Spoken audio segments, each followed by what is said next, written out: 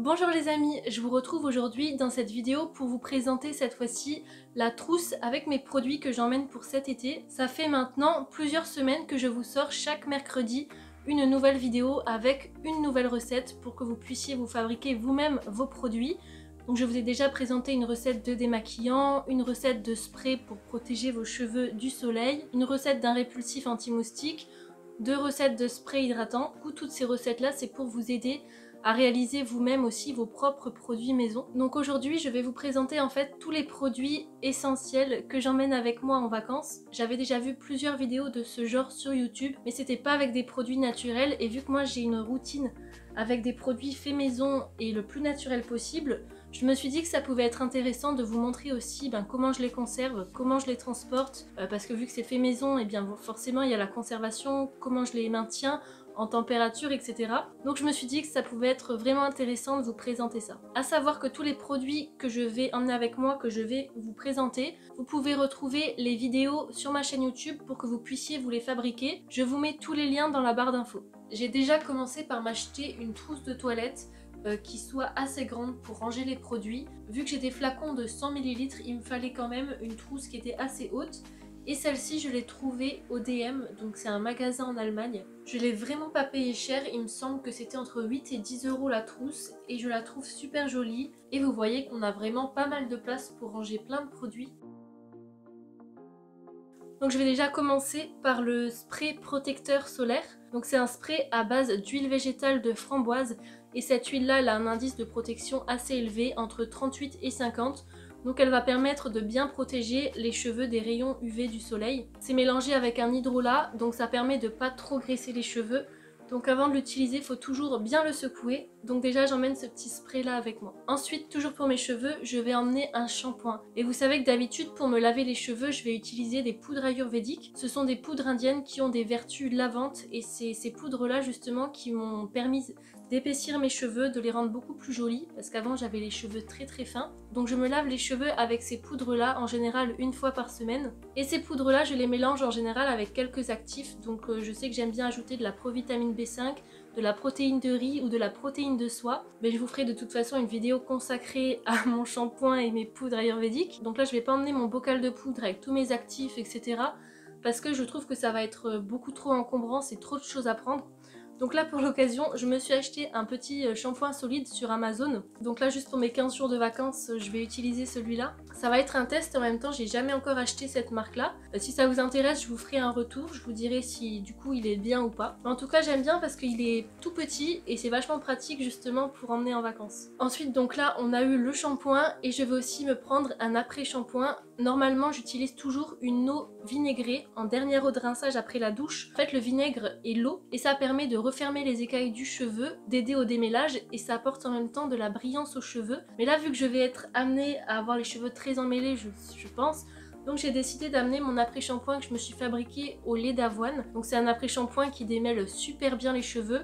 Je l'applique après la douche, donc après mon shampoing, sur mes longueurs et sur mes pointes, et c'est super efficace. Donc vu que là je vais avoir les cheveux, je pense, plus emmêlés, je préfère prendre celui-là. Et c'est tout simplement des flocons d'avoine bouillis dans de l'eau chaude, et après je le filtre dans une petite passoire et j'obtiens ce lait. Si vous voulez le fabriquer, vous pouvez retrouver la recette dans ma vidéo où je présente 3 recettes d'après-shampoing à réaliser soi-même. Donc voilà le petit après-shampoing en question.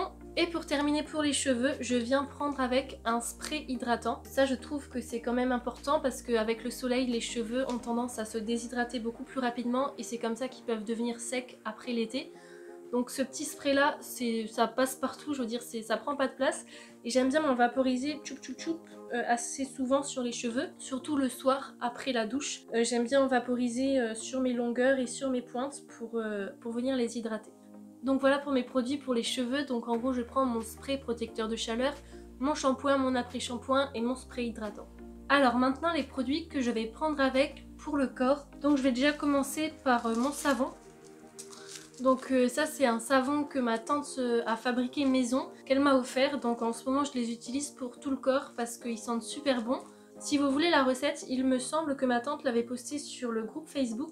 Si elle est plus là, je la remonterai en haut pour que vous puissiez la voir. En tout cas, il sent super bon, et depuis que je l'utilise, j'ai aucun bouton, aucune démangeaison, et pareil, c'est tout petit, ça prend pas de place.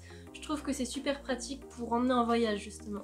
Ensuite, toujours pour le corps, je vais emmener mon déodorant, donc, qui est à base d'huile de coco, de maïzena, de bicarbonate et de cire d'abeille. Ça fait déjà un petit moment que je vous avais posté la recette, il me semble que c'était au tout début que j'avais ma chaîne. Mais ce déo, ça fait plusieurs mois que je l'utilise et il est vraiment parfait. Vu qu'il est solide, en été, il a tendance par les fortes chaleurs à fondre légèrement. Dans ce cas là il faut juste le passer 1 heure ou 2 au réfrigérateur et c'est parfait, il est de nouveau solide. Il correspond super bien à ma peau, j'ai eu aucune réaction. Il me fait aucune trace sur mes vêtements. Comme je vous avais dit d'ailleurs dans le tuto, dans la vidéo, je vous disais toujours de tester, dès que vous vous faites un déodorant, testez toujours avant de l'utiliser sur vous, sur un vieux vêtement pour être sûr qu'il ne fasse pas de traces sur les habits. Et donc celui-là pour moi, pour ma part, il est vraiment super. Donc je le prends avec moi en vacances. Ensuite je vais prendre mon petit démaquillant biphasé. Je l'aime trop, ça fait déjà 3 fois que je me le refais. Il part super vite, je l'utilise tout le temps. Et ce que j'adore, c'est qu'il enlève aussi le maquillage waterproof. Je vous avais fait une vidéo en vous montrant la recette et je vous avais aussi montré une alternative pour les personnes qui n'aiment pas les démaquillants biphasés. Donc celui-là, forcément, je vais l'emmener avec moi. Ensuite, un autre indispensable, mon spray anti-moustique, parce que là, on part en vacances, il va y en avoir. Donc ça, c'est autant pour moi que pour mon copain. On va vraiment utiliser ce petit spray anti-moustique. Donc celui-là, je le prends aussi avec moi. Ensuite pour mon corps, pour ma peau, je viens me prendre mon gel de lin parce qu'il est vraiment super pour apaiser la peau. Je sais qu'après un bronzage, c'est très bien de se mettre du gel de lin parce que ça va venir hydrater la peau, donc ça évite aussi que la peau ne pèle. Et c'est frais. Donc ça rafraîchit la peau en fait. J'adore en mettre après la douche. En fait vous pouvez l'utiliser pour les cheveux comme pour la peau.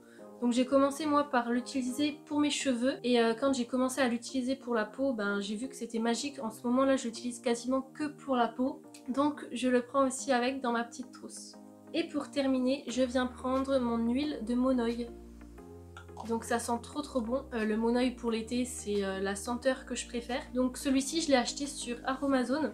Et en fait, une huile végétale, c'est aussi pas mal en été. Parce que vu que je viens l'hydrater, donc avec mon gel de lin, l'huile végétale va permettre de sceller l'hydratation et du coup d'éviter que la peau se déshydrate trop rapidement.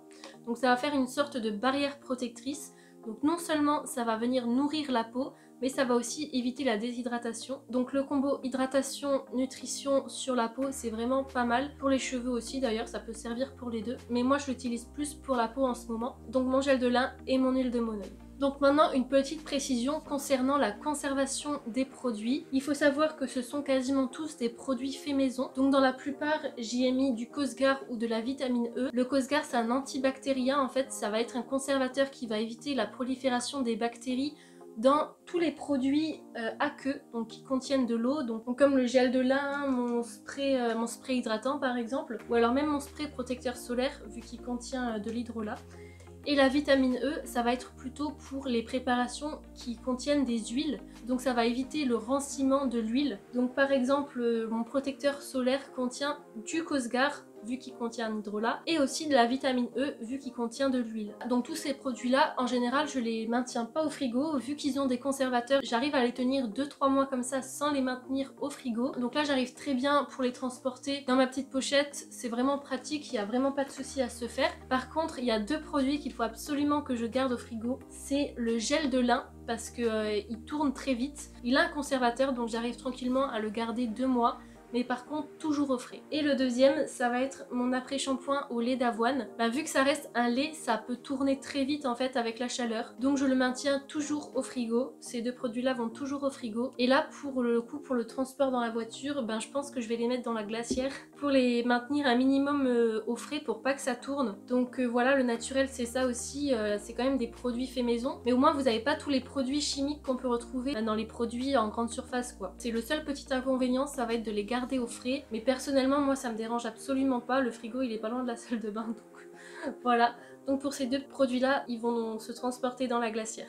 Concernant tous les autres produits, en général je ne les mets pas du tout au frigo, avec le conservateur ça me suffit. Maintenant si vous n'avez pas de conservateur, eh bien vous pouvez faire comme moi si vous avez la possibilité de les emmener dans une petite glacière et une fois arrivé en vacances, les mettre dans un frigo. Et j'ai encore une petite astuce à vous donner. En fait la semaine prochaine, je compte vous présenter un tuto pour vous apprendre à fabriquer votre propre gel d'aloe vera. Je vous avais déjà fait la vidéo en vous montrant comment fabriquer son gel de lin. Et bien là ça va être pour vous fabriquer du gel d'aloe vera. Et à la fin de la vidéo, je vous montrerai que en fait, pour conserver mon gel plus longtemps, je me fabrique des petits glaçons de gel d'aloe vera. Et du coup là, je vais emmener avec moi 4 à 5 glaçons de gel d'aloe vera. Parce qu'en fait, le gel d'aloe vera, il est vraiment super pour les brûlures ou pour les coups de soleil. Donc le petit glaçon, en fait, c'est super pratique. Vous sortez du congélateur, hop, vous prenez le petit glaçon. Je le mets dans un petit pot, je le laisse fondre tranquillement et vous avez directement le gel utilisable et ça apaise vraiment bien les coups de soleil. Donc voilà les amis pour cette vidéo avec les produits que j'emmène avec moi en vacances. J'espère que ça vous aura plu, que ça aura pu aussi vous apprendre des choses et vous apprendre à fabriquer vous-même vos produits maison ou peut-être même à vous motiver pour que vous puissiez vous les fabriquer. Je vous fais de gros bisous et je vous dis à la semaine prochaine.